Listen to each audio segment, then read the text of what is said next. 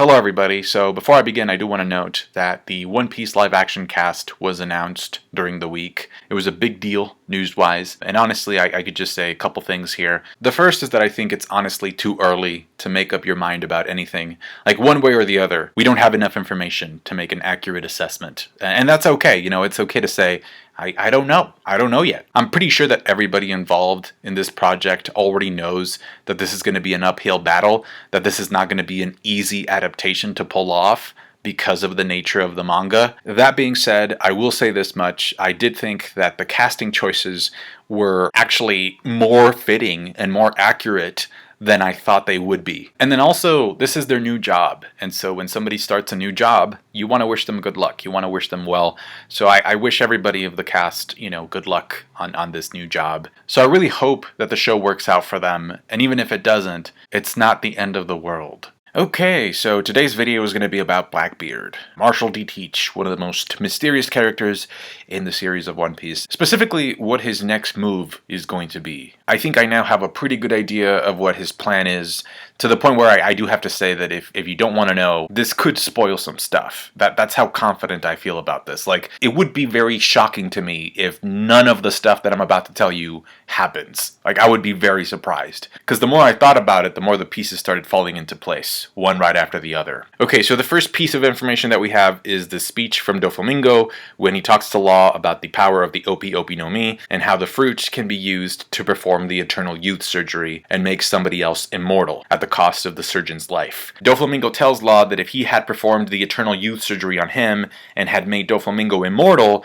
Doflamingo would be able to take over the world using the national treasure of Marijoa. And so first, I want to bring your attention to the word treasure, right? He's using the word national treasure, okay? So just keep that word in mind. Okay, so what is the national treasure that is being kept in Marijoa that Doflamingo knows about? Well, given what Doflamingo is telling us, we know that the risk of using the treasure is that you could die from using it. Given what Doflamingo is saying, it sounds like if an ordinary person were to use the treasure, they would be risking their life. That's why he wants to become immortal in order to use the treasure. Now, location-wise, we know that Marijoa is directly above Fishman Island. And we know that Fishman Island gets its light from this tree, this very mythical, special tree called Sunlight Tree Eve. Now what's interesting here is that even though we've seen the bottom of Sunlight Tree Eve, we've never seen the top of it. So how high does this tree go? Where are its branches? Where are its leaves? We don't know. All we know is that it kind of absorbs sunlight and transfers it over to the bottom of the ocean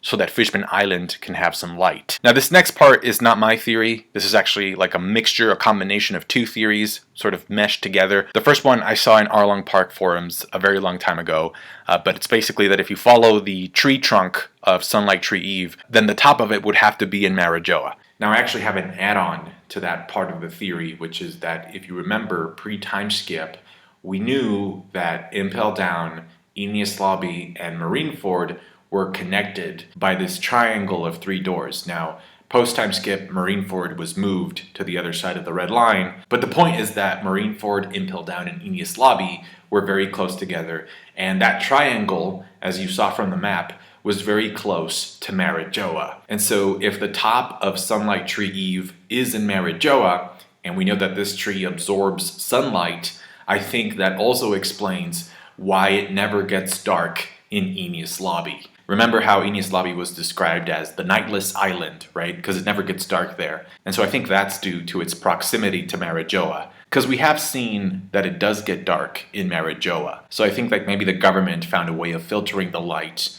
from the tree and then send it over constantly to Enies Lobby. Alright, so the next part of this, from what I remember, came from a Korean One Piece theorist. And it's been so long since I heard this theory that unfortunately I can't remember their name. But basically this theorist was saying that if the top of Sunlight Tree Eve is in Marijoa, then that means that the tree is actually the national treasure and that Sunlight Tree Eve is actually where devil fruits come from. And this would make sense for a couple reasons. Number one, we know that government employees, such as the Marines, tend to have pretty rare devil fruits, right? Like all the admirals, the original three admirals all have logias. Sengoku is a mythical type Zoan, which is the rarest type of fruit there is. When Spandam gives the fruits to Kaku and Khalifa, he's asked, where did you get the fruits? And then he says, well, I have connections, and we know that he's a government employee. Also, Odin mentions that the reason for why Wano closed its borders in the first place was because the Kozuki clan wanted to protect the country from a tremendous force. And so I'm pretty sure that that force was an army of devil fruit users, because if you remember, we found out, I think from Hawkins, that the Kozuki clan, or that Wano, invented sea stone. So why would you need sea stone? Well, to protect yourself from an army of devil fruit users that are trying to attack you from the world government, during the Void Century or after it. And so that part makes a lot of sense. And it also connects it to Doflamingo, because Doflamingo wanted to become immortal. And so if Sunlight Tree Eve is the source of where devil fruits come from, and if it actually is the treasure of Marijoa, it would make sense why Doflamingo would want to become immortal, because as we know, unless you're Blackbeard, right, if you eat more than one devil fruit, you die. So if Doflamingo became immortal, then he could just go ahead and eat all of the fruits from the tree. He would never die, and he would gain all these different powers. So that part of it makes sense. However, I remember that when I first heard about this theory, I had a question, which is that, okay, let's say that hypothetically this is true. Let's say that the Sunlight Tree Eve is in Marijoa and that it's the source of devil fruits, right? So if it's the source of devil fruits, I would assume that the government would have that tree under pretty heavy surveillance, right? Like they would try to protect it, they would try to hide it, right, from the rest of the world. And so my question was this: if the government is actually guarding this tree, and that's where devil fruits come from, then how come pirates have been able to get devil fruits? Like, are there maybe some birds that go over to the tree, grab a fruit, and then fly off with them and drop them elsewhere? I mean, I'm guessing that maybe pirates could probably wait for a marine or a government employee with a devil fruit power to die, and then like have it transferred to another fruit, and that's how they could get it. So maybe that's part of it. Maybe they've been stealing devil fruits from other people, just kind of like using the reincarnation cycle to get them. But then I thought about it a little bit more, and I just came to this logical conclusion that maybe there's another source for devil fruits aside from Sunlight Tree Eve, and perhaps this second source is also a tree. Okay, so the next part of this begins with Jinbei telling Luffy at the beginning of the post-time skip that Blackbeard has essentially started hunting rare devil fruit powers, right? And we see this over and over again. We see this in Dressrosa. Burgess tries to get the Mera Mera no Mi and fails. Then he tries to get the Gomu Gomu no Mi and fails. Katarina Devon got the mythical Kyuubi Zoan devil fruit. And then Shiryu got the Suke Suke no Mi, or the Clear Clear fruit. The point here is that Blackbeard is greedy, and he wants to get his hands on as much devil fruits as possible. Now, we already established that there's a devil fruit tree up in Marijoa. So do I think that Blackbeard is going to go up there to sort of challenge the Marines, the Admirals, Imu, and the Gorosei for the sake of that tree? No. Doing that would be very risky, and I don't think Blackbeard is that brave. So no, I don't think he's going to be going to Marijoa. What he's going to try to do is try to get his hands on the other devil fruit tree. So you probably already guessed this, but if we follow the logic that I've been presenting to you, the second devil fruit tree, or the other devil fruit tree in the One Piece verse, is none other than Treasure Tree Adam. Again, notice the word treasure in the tree's name. Just like Eve is called the national treasure of Marijoa, so they both have treasure in their names. There's the biblical Adam and Eve reference there. Both Adam and Eve ate from the fruit, devil fruits, so that's where devil fruits originate from. Also, if you go to chapter 612, there's a moment where King Neptune is explaining to the Straw Hats how Sunlight Tree Eve works, and then Usopp says, wow, I wonder if this tree has some connection with the Adam tree that Sunny is made from. Now, what's interesting is that I actually went to the anime to find this Usopp quote, and surprisingly, the anime never shows Usopp saying this. It kind of felt like they were trying to censor that moment, or just kind of get rid of it. However, the anime did give us a scene hinting at the connection between the two trees when they had Tom's younger brother Den mention Sunlight Tree Eve, and then immediately talking about the Adam wood that Sunny is made out of directly after that. Okay, so why did the anime choose not to show Usopp making the connection between the two trees? I personally think that it's because it's too much of a hint. Specifically because it's Usopp mentioning this, because we know that Usopp's goal, or his dream, is to go to Elbaph. And so I think that Treasure Tree Adam, the second Devil Fruit tree, is actually in Elbaph. Okay, so why do I think that? Why do I think that Treasure Tree Adam is in Elbaph? So the first reason is probably the weakest argument or the weakest reason for this, and that's a conversation that takes place during the Mother Caramel flashback. During that flashback, there's a scene where Mother Caramel is talking to Cypher Pole, representing the world government, and the Cypher Pole agent says, "Wow, I'm actually really surprised that you decided to leave Elbaph." And then Mother Caramel says, "Well, that's how much I really didn't want to let go of Big Mom, because Big Mom was kicked out of Elbaph." So just from that bit of dialogue alone, you can tell that there's something special about Elbaph, right?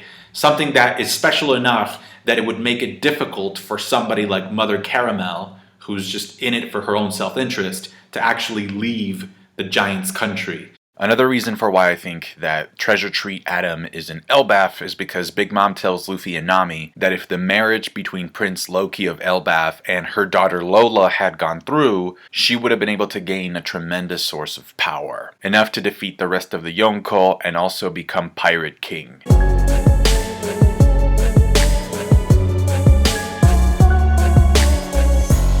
Another reason for why I think the tree is in Elbaph is because the way that Frankie describes the tree's whereabouts is that it's on an island where wars happen all the time, and no matter what happens, the tree doesn't fall. And Frankie also says that eventually, after the wars, people started establishing themselves around the tree to form a country. And so we know that the Giants are a warrior race, right? They're very proud warriors, and so that explains why there would be wars around or surrounding Treasure Tree Adam. And we also know that Elbaph is also the giant country, right? Or it's known as the country of giants. So Elbaph seems to fit Frankie's description of where the tree is perfectly. Also, because of the Viking theme, Elbaph's culture seems to be inspired by Nordic culture, and so we know that there's a sacred giant tree in Norse mythology called Yggdrasil. The tree is said to have branches that stretch out into the heavens, and so I wouldn't be surprised if Oda uses artistic license to make the Adam tree be a reference to Yggdrasil as well. Also, if it turns out that the giants were fighting around the tree all this time, it would explain why devil fruits ended up all over the place. Because if the attacks from the clashes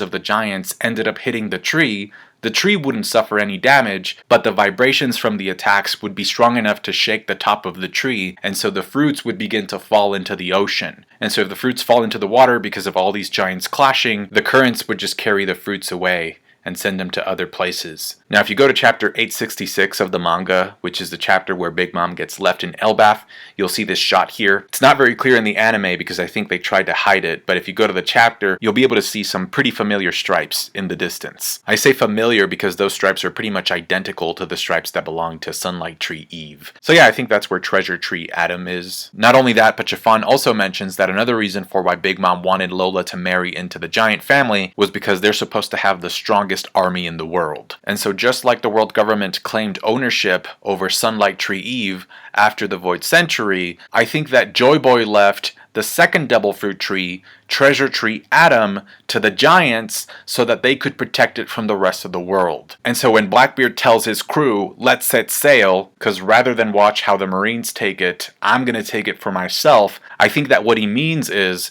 let's attack Elbaph. Let's invade the giants' country and take control of the Adam tree, because that tree is full of devil fruits. Okay, so let's just say that everything I told you is true. Okay, let's say that you accept it, which I know some of you won't, but let's say that you do.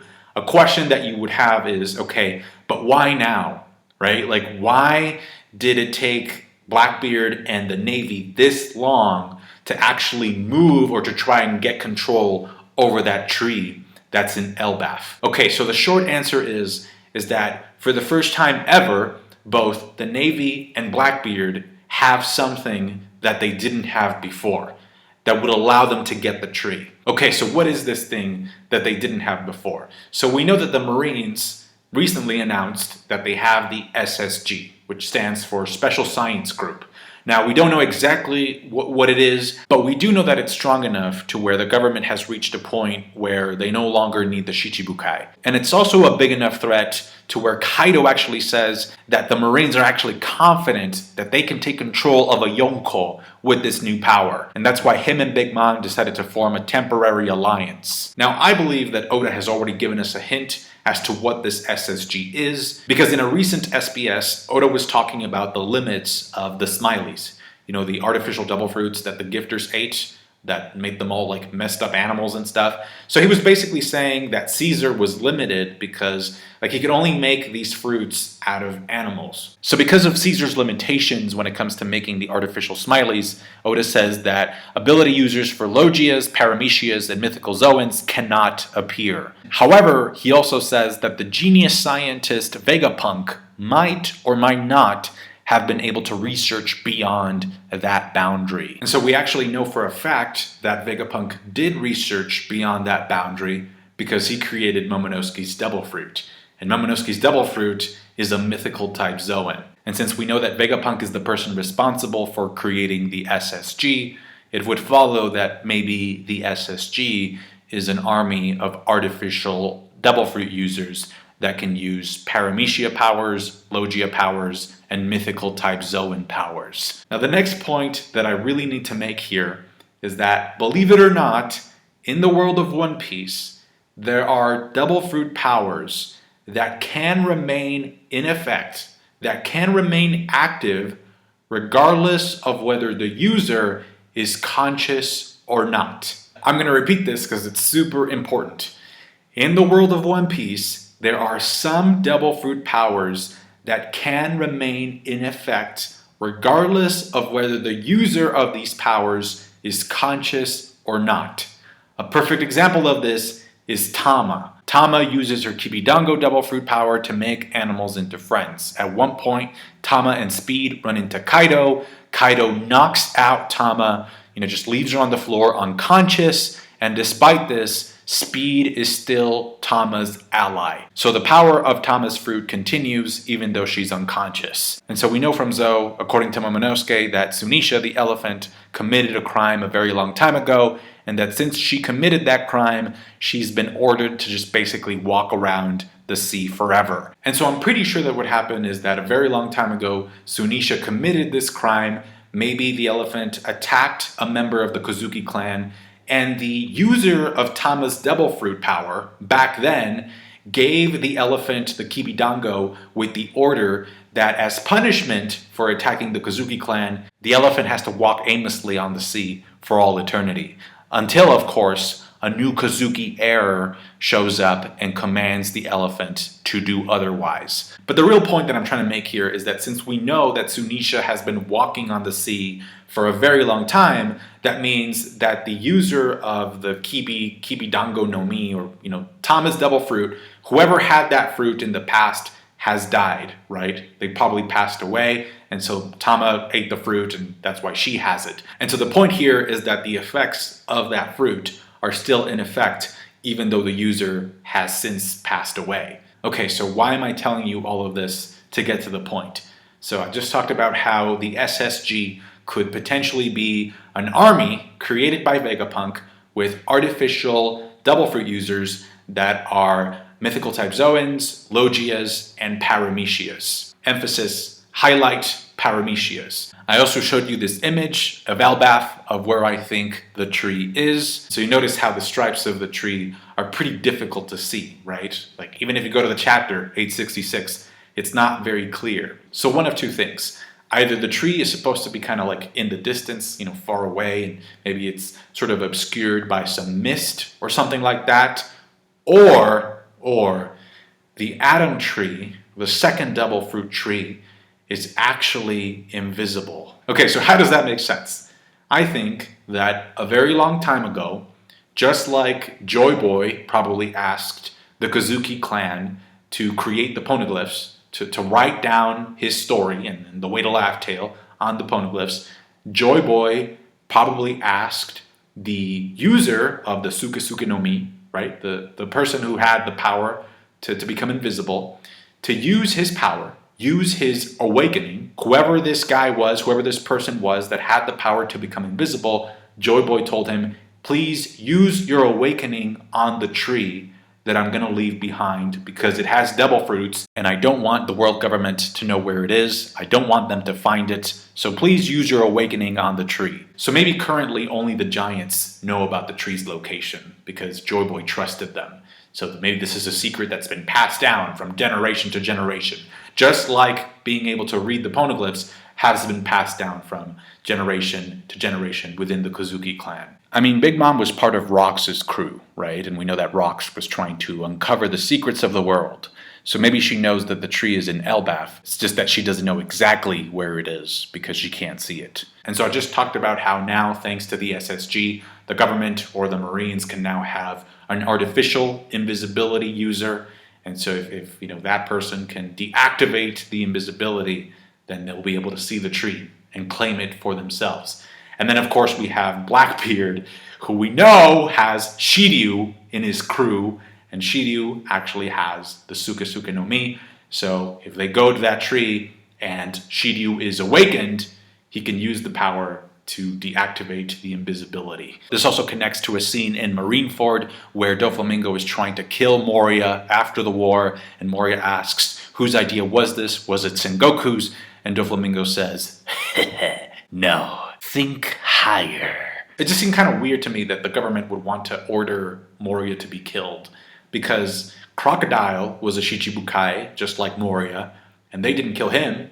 Doflamingo got defeated by Luffy as well, just like Moria, and the government didn't kill him.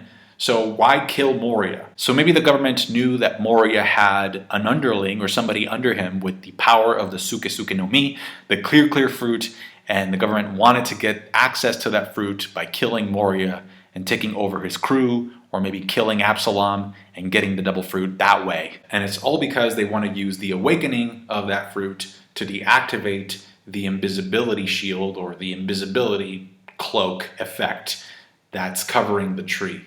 I think that's what's going on here. Oh, and by the way, just very quick, like if a fruit falls from the tree, then I would assume that the fruit becomes visible, right? Because I think the invisibility only covers the tree. So yeah, I do think that the tree was hidden from view during the Void Century or after the Void Century War for protection, and now the world government, the Marines, and Blackbeard want to get access to it and take control of it. Maybe Shanks knows about the tree, and so maybe that knowledge has given him some negotiating power with high government officials from time to time. Also, if Shanks is somehow in charge of protecting the tree to some degree, and if Teach wants to claim it for himself, that would give us a pretty good reason motivation-wise for why Blackbeard versus Shanks has to happen after Wano. Oh, and one last thing, in the previous chapter, Law actually asked Kid, like, how long does the effect of your awakening last?